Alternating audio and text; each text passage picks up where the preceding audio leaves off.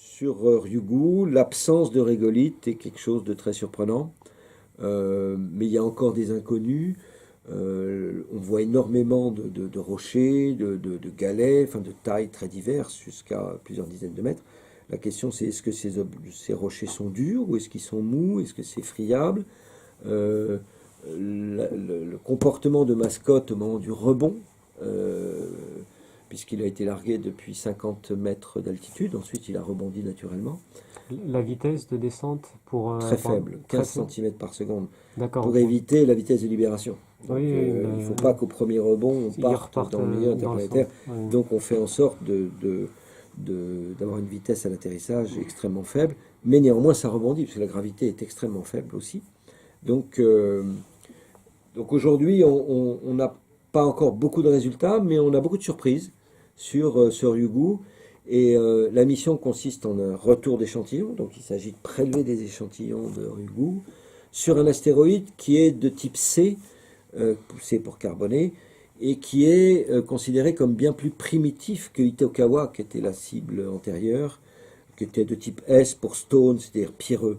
Et, et on s'intéresse, je dirais un peu plus aux astéroïdes carbonés et hydratés, qui sont probablement des objets qui sont formés un peu plus loin du Soleil, et donc la proportion de matière organique et de matière volatile est plus importante.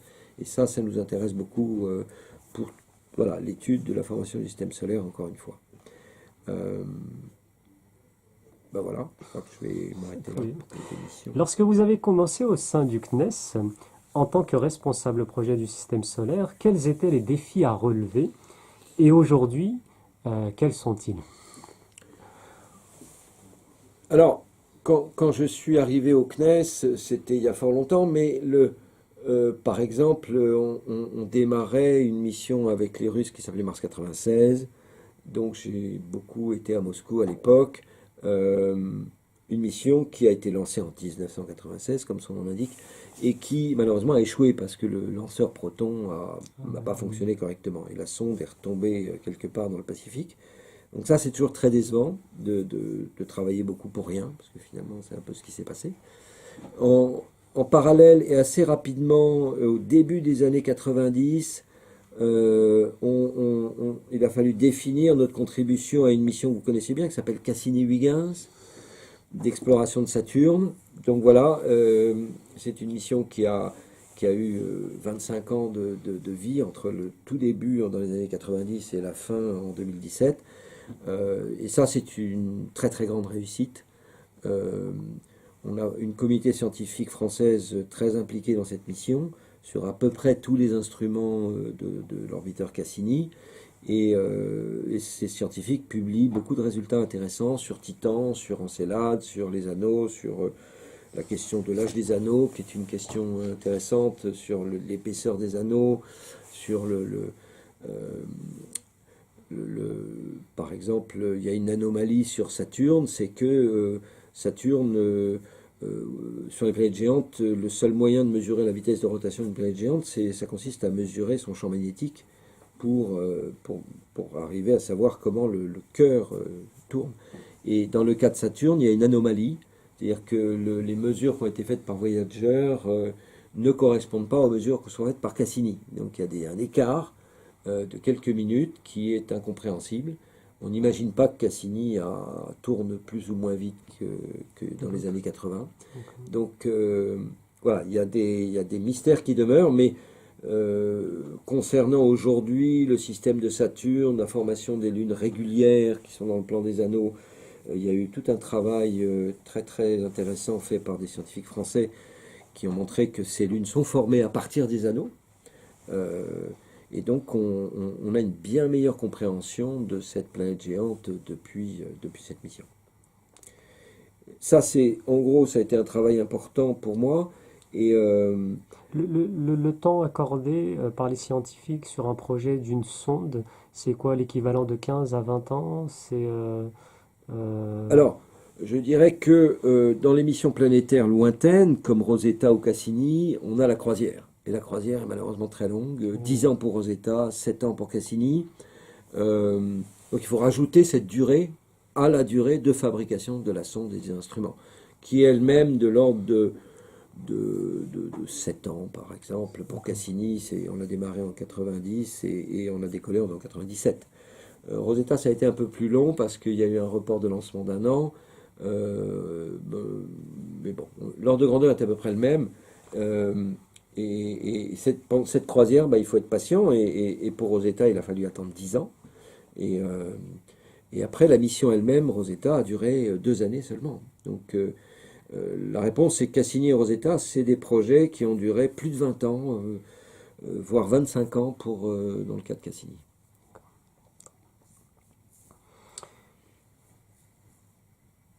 Alors, les grands philosophes nous révèlent une fois leur système philosophique établi, les nombreuses décennies passées à poser des questions, à étudier, à énoncer des nouveaux concepts, des nouveaux outils de logique, permettant une meilleure compréhension de la réalité du monde dans lequel ils vivent.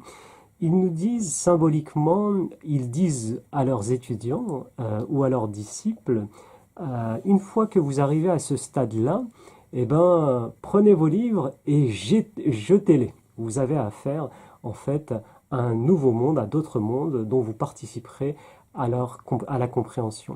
Est-ce que vous trouvez un peu dans cette même situation, aux confins dans le système solaire, sur les objets que vous étudiez, que vous découvrez de plus en plus, c'est-à-dire que toutes les connaissances préalables de Saturne, de la planète Vénus, de la planète Mars, etc., sont complètement à mettre de côté?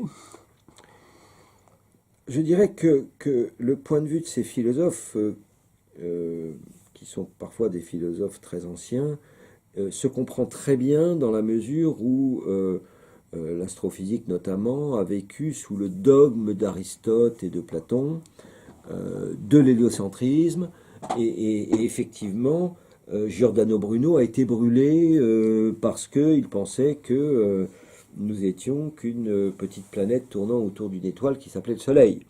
Mais on l'a brûlé pour ça. Et donc je comprends tout à fait que ce dogme qui a perduré pendant un millénaire et demi, beaucoup de gens considèrent qu'il faut jeter à la poubelle ce genre de choses qui sont très figées et que la réalité est tout autre. Et c'est bon, la révolution copernicienne en a été une preuve importante. Aujourd'hui, on n'est pas tout à fait dans ce cas extrême, mais il est vrai que quand on découvre un nouveau, le système solaire par exemple, on s'aperçoit que par exemple des lunes autour de Jupiter et Saturne et autres, il y en a, je ne sais plus à combien on est, mais Une soixantaine chacun. oui, une soixantaine pour Jupiter et à peu près autant pour Saturne. Il n'y en a pas deux pareils. La diversité est tout à fait extraordinaire et ça, personne n'aurait pu le prédire. Donc, la réalité est toujours plus complexe que ce que l'on pense avec nos modèles. Je donnerai un autre exemple. Avant que New Horizon ait survolé Pluton, le responsable de la sonde disait, un petit peu en exagérant, mais c'était pas tout à fait faux, qu'en gros, tout ce que l'on connaissait sur Pluton, on pouvait l'écrire sur une carte postale. En gros, on connaissait, bon, hormis le fait que dans l'Encyclopédie Universalis, il y en a quand même 2 pages, mais donc il exagérait un petit peu. Mais aujourd'hui, après le survol de New Horizon, effectivement, on a complètement découvert Pluton, et c'est beaucoup plus complexe qu'on ne pensait, et on a une vision de ce corps extrêmement glacé, avec sa lune principale Charon, ses petites lunes autour, et tout ça est tout à fait passionnant, et pas aussi simpliste qu'on pouvait le penser. Notamment, par exemple, on pensait que l'atmosphère, Pluton s'éloignant du Soleil, l'atmosphère devait se condenser et puis disparaître sur Pluton. D'ailleurs, ça a été un argument important pour provoquer le lancement de cette sonde le plus vite possible, pour qu'elle arrive à une époque où il y aurait encore une atmosphère. Ça a été le cas. Et en fait, c'est pire que ça, c'est qu'on pensait que l'atmosphère se condenserait, puis en fait, la pression augmente. Donc le modèle est complètement faux. C'est ça qui est intéressant. Quand le modèle est complètement faux, c'est qu'il faut remettre sur la table, c'est peut-être pas jeter les livres, mais il faut remettre à plat les choses pour essayer de comprendre pourquoi l'observation ne correspond pas du tout à ce qu'on pensait. Alors, pour vous, quels seront les grands projets dans les prochaines décennies concernant l'étude ou l'exploration au sein de notre système solaire?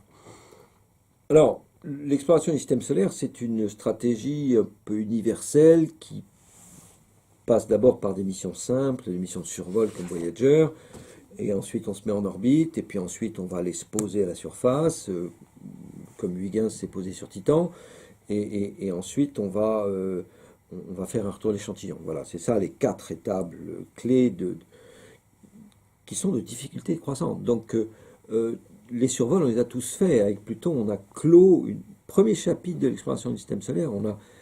Mercure s'est fait avec Messenger, et puis Neptune s'est fait avec New Horizon, Pluton. Et donc, on passe à des étapes plus complexes. Il faut se poser, faire des retours d'échantillons. La grande affaire, probablement, et ça fait longtemps que ça dure, ça fait une trentaine d'années qu'on en parle, c'est le retour d'échantillons martiens. Ça, c'est une énorme affaire à peu près 10 milliards d'euros, qui va nécessiter probablement 3 lancements de fusées successifs pour arriver à ce qu'à la fin, quelques centaines de grammes d'échantillons arrivent sur Terre. Donc c'est très complexe à faire, mais j'ai bon espoir que ça se refera dans les 10-15 ans qui viennent et qu'on aura des échantillons dans nos laboratoires et qu'on pourra... Je pense qu'il n'y a qu'avec ces échantillons au laboratoire qu'on pourra répondre à la question est-ce qu'il y a eu de la vie sur Mars? Voilà. Parce que ce n'est pas une observation sur Mars qui donnera une réponse définitive, parce qu'il y aura un débat sur l'interprétation de ce qui est mesuré. Alors qu'au laboratoire, vous avez l'échantillon. Si quelqu'un, souvenez-vous à LH 84001, la météorite martienne, où des Américains prétendaient avoir trouvé des traces de vie, ben, il y a eu tout un débat scientifique. Des gens ont pris un bout de l'échantillon, l'ont analysé, et la conclusion au bout de 2-3 ans, c'est que non. Non, on n'a pas trouvé la vie sur Mars dans LH 84001. Mais pour cela, il a fallu qu'il y ait le vrai débat scientifique, la confrontation des résultats, le consensus, qu'on appelle le consensus, qui est une espèce de vérité du moment. Et aujourd'hui, la vérité du moment, c'est qu'on n'a pas trouvé la vie dans LH 84001. Mais est-ce qu'on trouvera des preuves de vie dans les échantillons martiens? C'est en tous les cas l'un des objectifs de cette mission. Pour terminer, les associations scientifiques et techniques, ou anciennement appelées les sociétés savantes, sont-elles pour vous une nécessité au sein de notre société? Alors, nécessité, oui et non. Je dirais que pour nos activités spatiales, on peut tout à fait s'en passer. Bon. Euh, Néanmoins, elles ont un rôle. Elles ont un rôle important dans la mesure où, par exemple, c'est souvent une fédération de gens qui sont des passionnés et qui ne sont pas forcément des professionnels. Il y a beaucoup de sociétés savantes autour de Mars ou en astrophysique voilà, qui proviennent de gens qui ont des travaux connexes sur l'étude des planètes et puis qui s'intéressent et qui sont eux-mêmes des astronomes amateurs.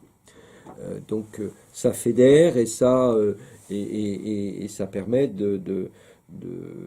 par exemple pour moi, d'aller faire des conférences dans ces sociétés savantes pour présenter un petit peu une situation sur des résultats de Cassini ou autres. Mais encore une fois, dans mon activité professionnelle, on ne travaille pas avec des sociétés savantes, on travaille avec des laboratoires, souvent du CNRS, et on travaille en coopération avec l'Agence spatiale européenne, la NASA, les Japonais, les Chinois et autres. Voilà, c'est à peu près le paysage de la situation concernant les sociétés savantes. Très bien. Je vous remercie. Eh bien, merci.